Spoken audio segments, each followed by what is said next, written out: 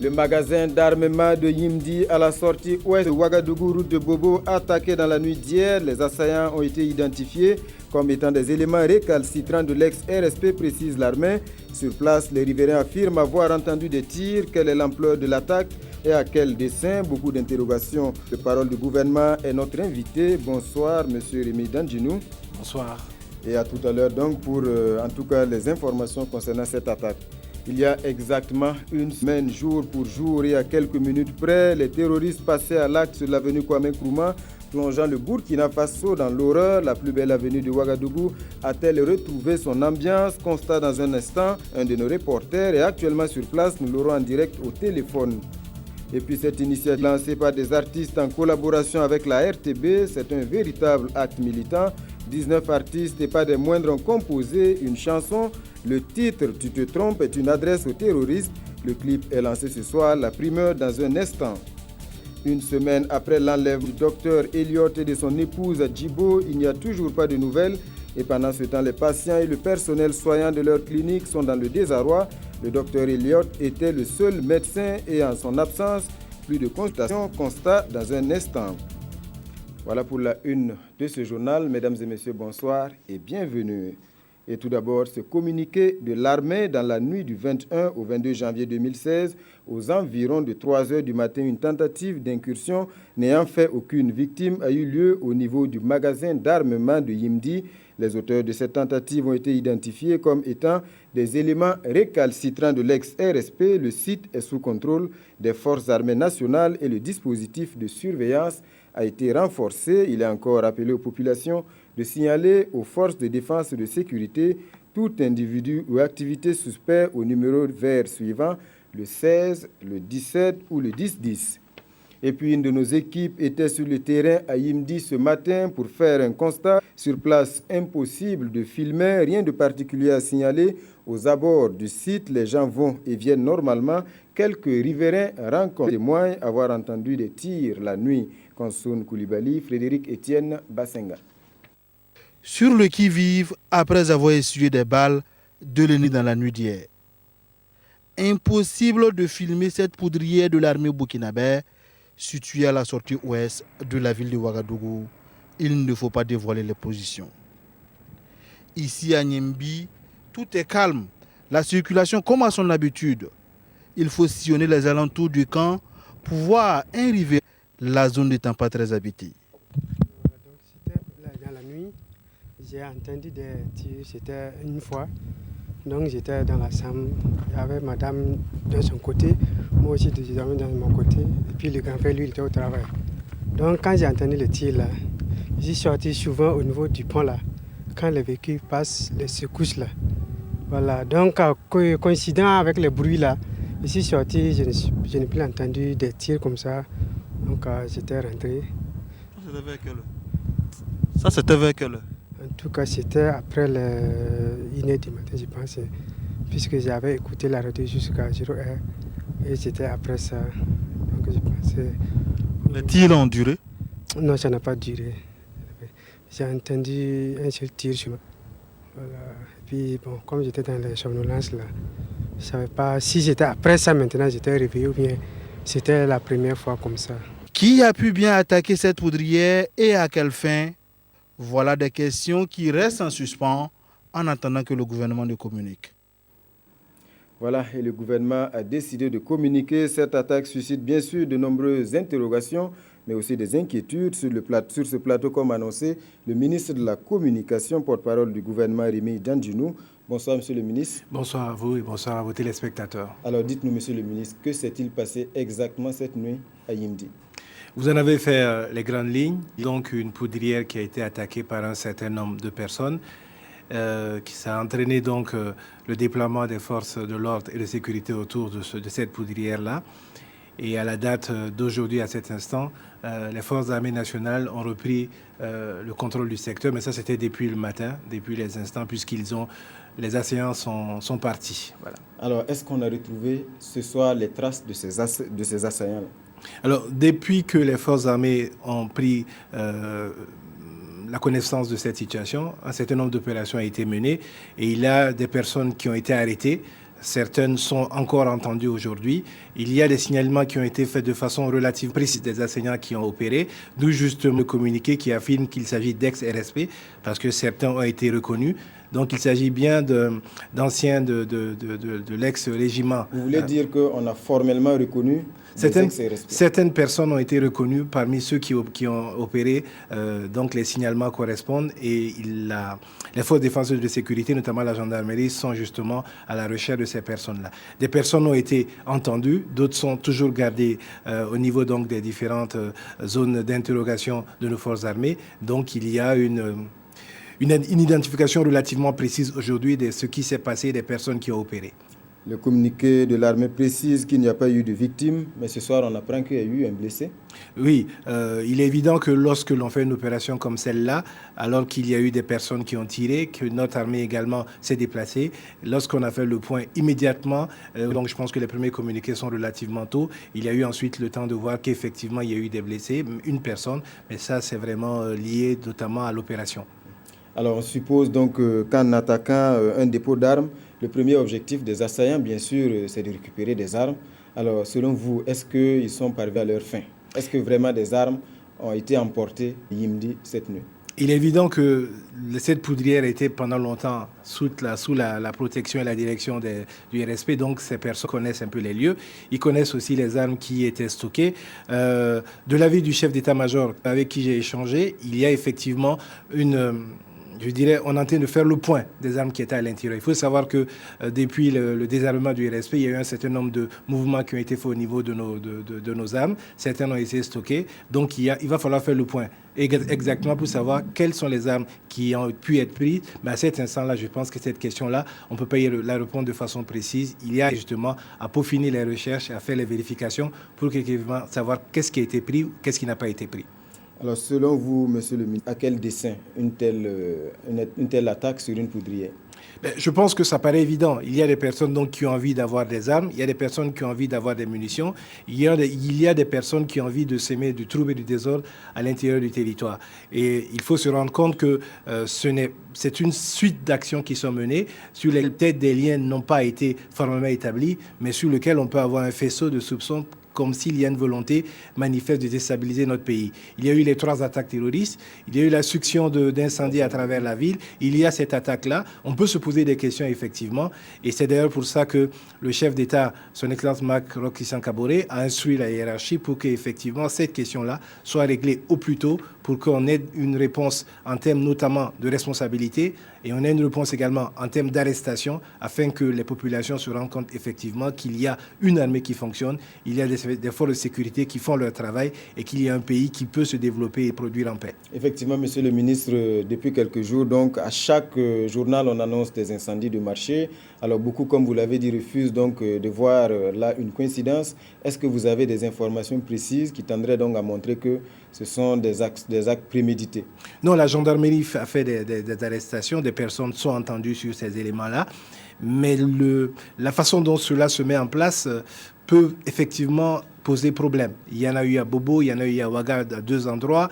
Il y a donc une succession d'actes qui peuvent se demander est-ce qu'il n'y a pas un dessein d'un certain nombre de personnes de déstabiliser notre économie. Et je pense qu'à ce niveau-là, notre démocratie et notre pays qui est en reconstruction a besoin justement que nos forces d'armée et de sécurité soient au cœur de la chose pour nous donner ce minimum de confiance-là. Alors pour revenir à cette attaque de la nuit, est-ce que le fait que des hommes armés puissent viser un dépôt d'armes aussi important que celui de Yimdi, n'est-ce pas là la preuve qu'il y a peut-être des failles dans le dispositif de sécurité? Je ne dis pas qu'il y a des failles. Je dis que nous sommes dans une situation où effectivement notre armée a connu un certain nombre de soubresauts et nous avons donc eu un redéploiement à différents moments pour gérer ces crises-là. Il peut apparaître à un moment donné que certains en ont profité. Et c'est pour ça d'ailleurs que le chef d'état-major de l'armée n'arrête pas d'appeler les populations à signaler tout mouvement de population, tout élément suspect. Il faut se rappeler que dans le cas de ce qui s'est passé le 15 janvier à Ouagadougou, à Tinakov et à Djibo, les populations ont énormément contribué, ce qui permet aujourd'hui d'avoir des personnes qui sont détenues et des éléments de renseignement qui avancent rapidement pour localiser et identifier les principaux acteurs et également leurs commanditaires. Alors l'information a créé la panique dans la ville. Il y a beaucoup de rumeurs qui ont circulé, donc des rumeurs parmi les plus folles. Le couvre-feu même a été ramené à 20h entre-temps. Alors, votre réaction, monsieur le ministre, en tout cas à cette panique-là? Mais je pense que ça oblige le gouvernement à avoir une communication proactive, à informer effectivement les gens sur ce qui se passe et ce qui doit être considéré comme étant le message du gouvernement. Il y a eu une panique liée notamment au fait que certaines radios ont annoncé qu'il y a un couvre-feu qui est passé à 20h, mais les radios ont fait une annonce qui était liée notamment au couvre-feu à Tunis, en Tunisie. Ensuite, il y a des interprétations et les mauvais esprits ont fait répandre dans la ville que le couvre-feu était à 20h à Ouagadougou. Je confirme que le couvre-feu est maintenu de 1h à 4h du matin et que ce qui s'est passé au niveau donc de Yimbi n'a pas suscité pour que notre armée puisse demander le changement des horaires. Donc le couvre-feu est maintenu de 1h à 4h du matin. Je rappelle que tout un ensemble de ratissage est fait par les forces armées nationales depuis Yimbi jusqu'à Yagma et pour éviter et rechercher tout ce qui peut avoir été entreposé, caché ou toute personne suspecte. L'ensemble du territoire également est quadrillé et les recherches sont lancées puisqu'un certain nombre d'identifications ont été faites. Donc moi je voudrais appeler les populations à rester vigilantes.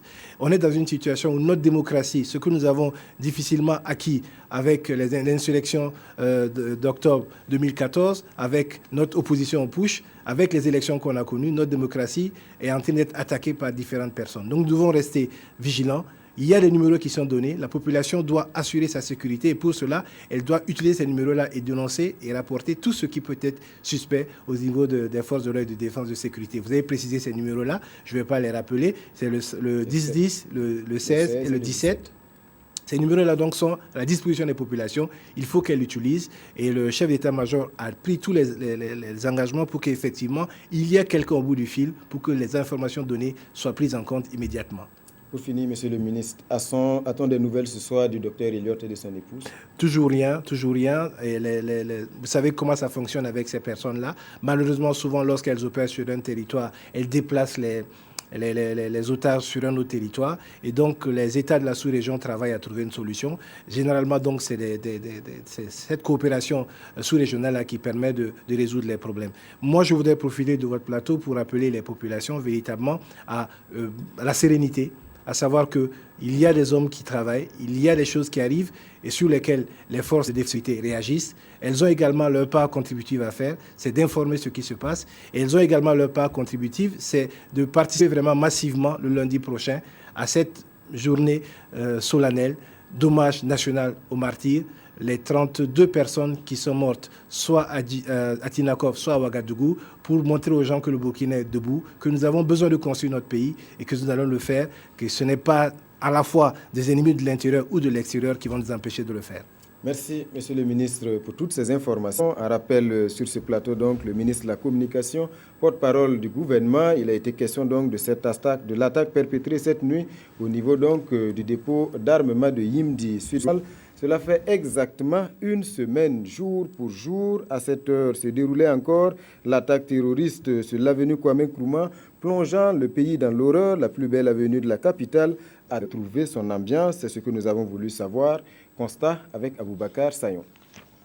Avenue Kwame Nkrumah, une semaine après les attaques terroristes. Le soleil se couche sur l'avenue. L'heure fatidique approche.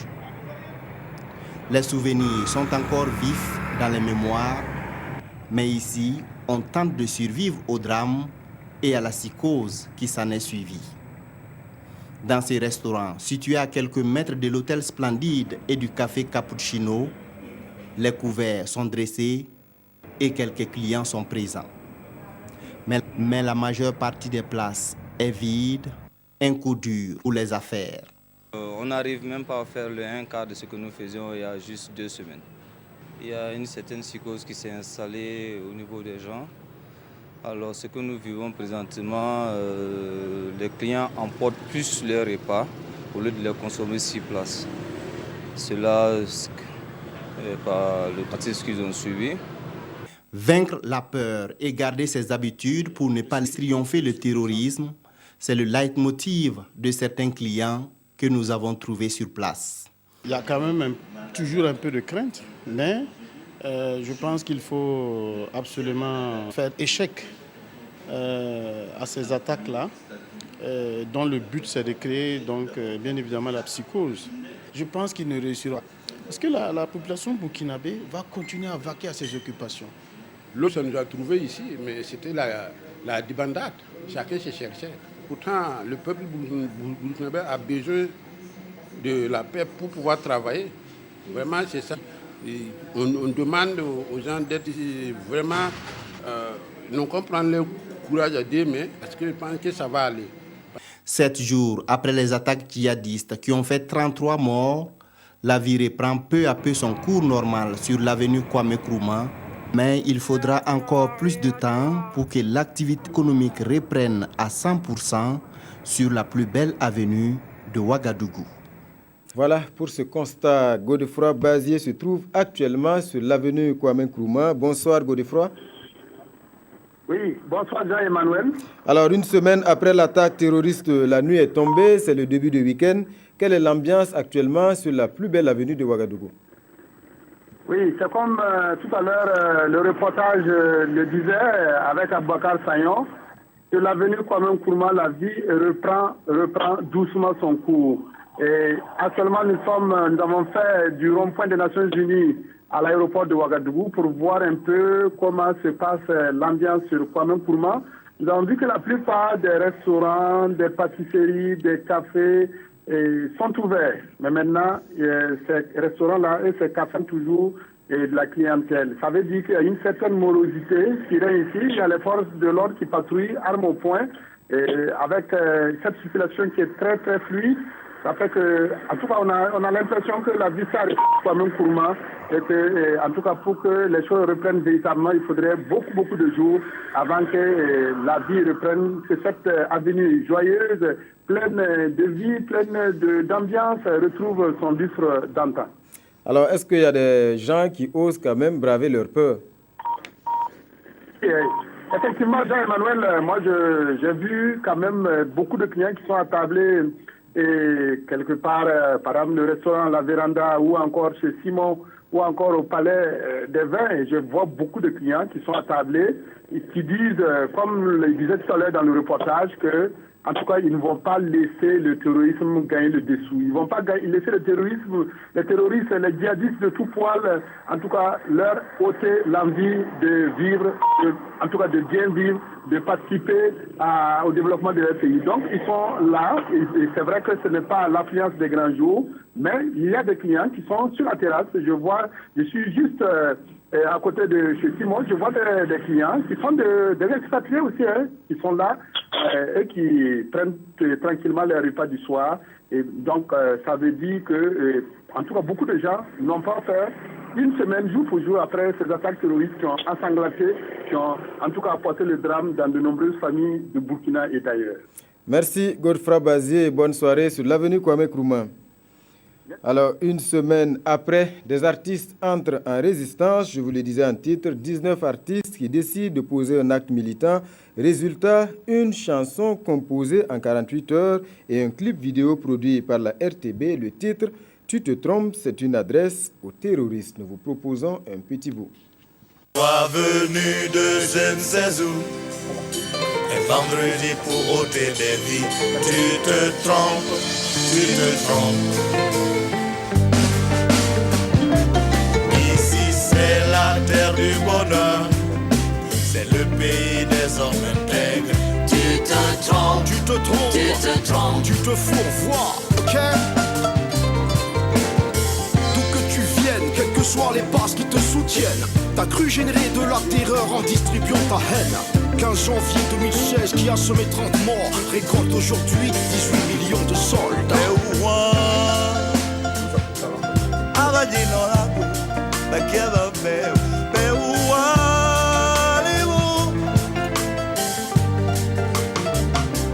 Tu ne fais pas peur, tu ne fais pas du tout peur. Burkinabé, je suis Burkinabé, nous sommes engagés, inébranlables. Porque queremos la paz en nuestra tierra de Burkina. Ante upoyorolo, kana mogolo bononina, sayafu wala. Aumaye wa Burkina de utesirana, dinasikano chatige, utesirana. Ambebe sara lungora, Voilà pour ce clip donc diffusé ce soir même, une semaine, jour pour jour après l'attaque terroriste. L'artiste musicien Tal Moutaga fait partie donc des concepteurs de cette initiative. Il est sur notre plateau. Bonsoir Tal Moutaga.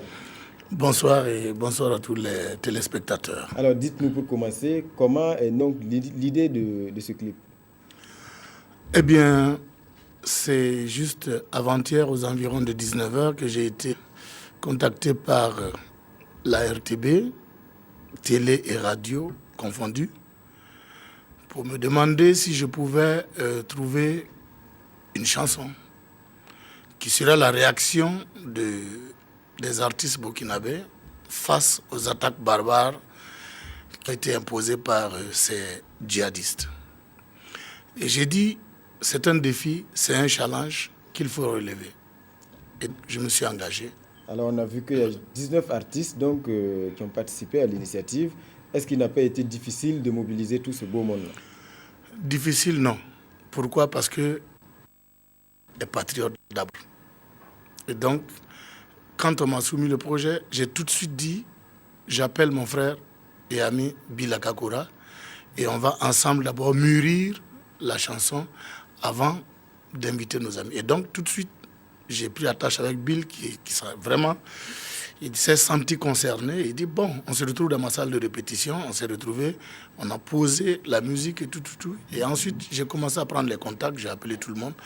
Honnêtement, tous les artistes que j'ai contactés ont répondu présent, sauf deux, Sissi Aboulaye qui était malade et Alif Naba qui avait vraiment des obligations auxquelles il ne pouvait de calendrier. Voilà, alors le clip est diffusé ce soir, pile une semaine après donc, ces attaques terroristes sur l'avenue Kwame Nkrumah. Alors quel est le message donc, que vous avez souhaité véritablement transmettre à travers donc, cette initiative? Alors comme le titre l'indique, j'ai voulu dire tu te trompes. Tu te trompes pourquoi? Dans un premier temps, j'ai pensé à dire non, ça n'arrive pas qu'aux autres. Mais j'ai dit non, ça ce n'est pas fort. Pour moi, tu te trompes. Tu te trompes pourquoi? Parce que ceux qui ont fait ça ont pensé pouvoir jouer sur notre mental, pouvoir déstabiliser tout ce que nous avons entrepris depuis un certain temps jusqu'à présent, c'est-à-dire la marche radieuse du pays vers une véritable démocratie, vers un développement social dans la cohésion et dans l'unité nationale. Et donc, ils ont fait ça, c'est pour, si vous voulez, amourer, nous gamer, comme on le dit. Et moi, je dis non, ils se trompent parce que, quel que soit ce qu'ils feront, comme barbarie, comme acte de djihadiste, nous avons notre voix et nous sommes inébranlables. Rien ni personne ne pourra nous amener à faire marche arrière. Nous allons et nous regardons vers notre devenir qui sera radieux, Inch'Allah. Merci Tal Moutaga d'être passé sur ce plateau. Je précise que c'est un clip donc, qui a retrouvé en boucle à la télé, à la radio, sur YouTube et les réseaux sociaux. Et d'une manière générale. Merci d'être passé sur ce plateau. Merci, c'est moi qui vous remercie. Et puis, une chose est sûre, au-delà du milieu du showbiz, cette attaque terroriste va marquer pour longtemps encore les esprits des Burkinabés. Déjà, son impact se fait ressentir sur les activités économiques. Des sociétés comme la Brakina ou Air Burkina ont vu leur chiffre d'affaires chuter. L'une de nos équipes est allée à la rencontre des premiers acteurs du monde des affaires. Le point avec Nongba Kouda et Ismaël Diloma Sirima. Le tissu économique burkinabé affecté par les attaques du 15 janvier 2015. C'est du moins le sentiment du président du groupement professionnel des industriels du Burkina Faso. Et selon lui, les plus touchés sont les compagnies aériennes ainsi que les sociétés de fabrique de boissons. Il faut que les industriels et tous les opérateurs économiques se ressaisissent et aient une bonne lecture de ce genre de choses. Sinon, nos partenaires, si on ne leur explique pas que c'est un phénomène mondial et que ce n'est pas lié uniquement au Burkina Faso ou à l'Afrique de l'Ouest, nous allons certainement avoir des problèmes avec nos partenaires. Il appelle ainsi les acteurs du monde économique à ne pas céder à panique. Les terroristes cherchent à nous terroriser. Et si on est terrorisé et qu'on se replie sur nous-mêmes au niveau business, au niveau tout simplement vie, on leur aurait donné raison. Et s'il est vrai, selon certains économistes, que ces attaques peuvent amener certains investisseurs à se rétracter ou à réduire leur financement, Ce n'est pas le cas du groupe IPS. Nous venons de tenir 3 conseils d'administration pour les 3 sociétés. Je peux vous dire que les administrateurs, à l'unanimité, ont voté les budgets, ont voté les plans d'investissement. Donc nous avons décidé de poursuivre nos activités comme si effectivement rien ne s'était passé. À présent, le groupe d'investisseurs IPS espère le retour à un climat propice aux affaires.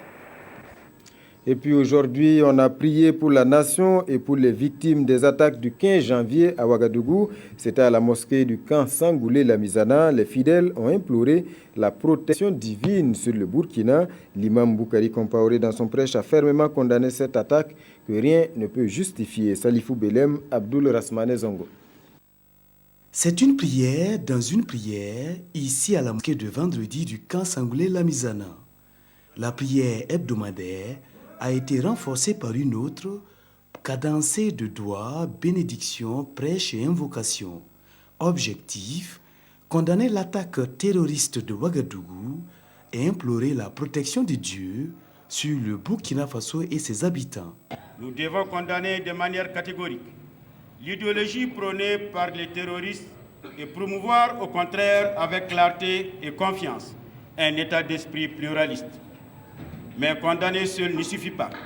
Il faut une franche collaboration avec les autorités pour éradiquer ces cancers qui minent nos sociétés. L'imam a aussi souhaité plus de collaboration entre population et forces de défense et de sécurité, mais également demandé la dénonciation systématique de tout comportement ou individu suspect. Une semaine après l'enlèvement du docteur Elliott et de son épouse à Djibo, il n'y a toujours pas de nouvelles et pendant ce temps, les patients de leur clinique sont dans le désarroi. Le centre de santé est aujourd'hui menacé de fermeture. Le docteur Elliott était le seul médecin et en son absence, plus de consultations sur place. Seule une dizaine de patients attendent le temps de terminer leurs soins. Mokhtar Ouedraogo et Draman Guéné. Une clinique presque vide et sans le moindre sourire. C'est le visage que présente le célèbre centre social de santé du docteur Elliott, une semaine après son enlèvement ici en plein cœur de Djibo. Ces quelques patients qui sont encore là le sont pour les derniers pansements après leur opération. Quand je suis venu, il était là. Il a commencé à nous soigner. Bon, c'était son deuxième jour qu'ils sont venus l'attraper pour partir. Ceux qui ont des moyens pour faire qu'ils reviennent, ils n'ont qu'à tout faire. Sinon, actuellement, nous souffrons trop. Nous demandons au bon Dieu de faciliter son retour à la clinique. Nous traversons une période très difficile en ce moment. Je suis admise ici, à la clinique Dr Elliott, depuis 1 an et je n'ai jamais payé 1 franc. La clinique Elliott recevait une 60aine de patients par jour. Actuellement, les consultations y sont arrêtées car le docteur Elliott était le seul médecin homologué du centre. Même les rendez-vous qu'il avait donnés ont été purement et simplement déprogrammés. Depuis qu'il est parti, nous avons libéré les malades qui attendaient l'intervention. Je les ai libérés le lundi passé. Ils étaient au nombre de 19. Et ceux qui étaient opérés, d'autres sont guéris, je les ai tous libérés. Libérés à jamais peut-être, puisque la clinique est en train de compter ses jours. Son avenir reste donc très sombre sans Elliott. Même s'il était mort accidentellement, je sais que la clinique a de l'avenir. Et comme il est enlevé maintenant, je ne crois pas s'il y a un occidental qui va oser venir. Maintenant, j'attends la décision de son fils qui est présentement en Australie. C'est à partir de cette maison que le docteur Elliott et son épouse Jocelyne ont été enlevés dans la nuit du vendredi au samedi 16 janvier dernier, ici dans la ville de Djibo. Alors, une semaine après l'enlèvement, le couple n'a pas fait de signe de vie. L'enlèvement non plus n'a pas été revendiqué, laissant alors dans le désarroi total toute une ville, voire une région. Voilà pour ce reportage de Draman Guéné. Et puis dans l'épreuve, le Burkina reçoit le message de soutien et de compassion de la commission de la CEDEAO. Son président cadré Désiré Ouédraogo était cet après-midi à la primature. Il a transmis ce message à Paul Kabatieba. Il s'exprime ici au micro de Jérémy Ouédraogo et Ibrahima Sombié. Je suis au Burkina Faso dans le cadre d'une visite de solidarité pour exprimer la solidarité et la sympathie, la compassion de toutes les institutions de la CEDEAO, au gouvernement et au peuple du Burkina, suite aux attentats terroristes du 15 janvier dernier. Il était normal dans ce cadre que je vienne rendre une visite au Premier ministre, d'autant plus que cela m'a donné l'occasion de lui réitérer mes félicitations pour sa nomination ainsi que nos vœux de succès dans la lourde mission qui vient de lui être confiée, tout en lui promettant de l'appui et de l'assistance de toutes les institutions de la CEDEAO pour réussir sa mission. La France n'enverra pas d'effectifs militaires supplémentaires au Burkina Faso. Affirmation de l'ambassadeur de France au Burkina. Gilles Thibault a eu un entretien aujourd'hui avec le président de l'Assemblée nationale. Il annonce tout de même un renforcement de la coopération militaire entre les deux pays. Écoutons le diplomate français. Ses propos sont recueillis par Paul David Bambara et Viviane Tenderbego.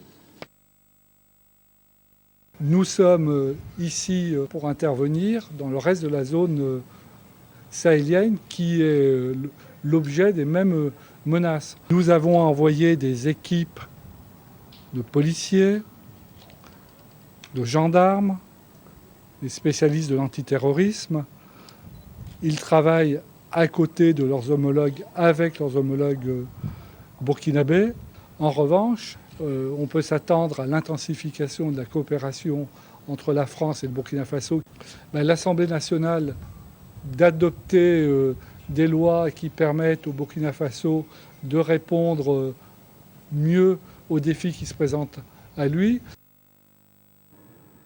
Un incendie a ravagé la nuit dernière une partie du marché de Boinsiaré. Le sinistre a touché surtout le marché de meubles situé le long du canal de Zogona. Selon les témoignages, c'est aux environs de 3 heures du matin que le feu s'est déclaré. Une trentaine de boutiques est partie en fumée.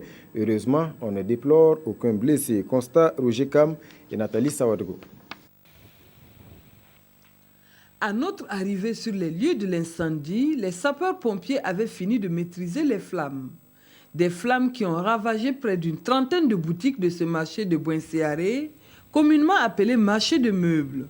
Selon des témoignages, c'est aux environs de 3 heures du matin que le feu se serait déclenché. Sincèrement, je ne sais pas comment vous raconter, parce que moi, on m'a alerté vers 3 heures du matin. Moi, je viens de trouver un brasier. Donc, comment ça a débuté, vraiment, je ne saurais vous le dire. Même pas une seule pointe. Tout a brûlé. Ce sont des millions qui sont partis. Vous voyez, il y a une machine, deux machines, une machine aussi. Ce sont des millions qui sont partis en fumée. Ce sont des millions. Pour le moment, ils peuvent évaluer, mais ce sont des millions. Fort heureusement, on ne déplore pas de pertes en vies humaines ni de blessés. Des enquêtes sont en cours pour déterminer les causes de cet énième incendie dans la capitale burkinabé. Et puis comme de coutume, pour finir, la revue de presse des quotidiens, un sujet barre aujourd'hui la une de presque tous les journaux. L'arrivée hier au Burkina Faso du président Idriss Déby Itno. Toboum Evelyne Dabiré. Les quotidiens de ce 22 janvier informent en chœur l'arrivée de Idriss Déby Itno à Ouagadougou. Pour Sidoya, le chef de l'État Idriss Déby Itno est venu pour exprimer sa compassion au peuple burkinabé.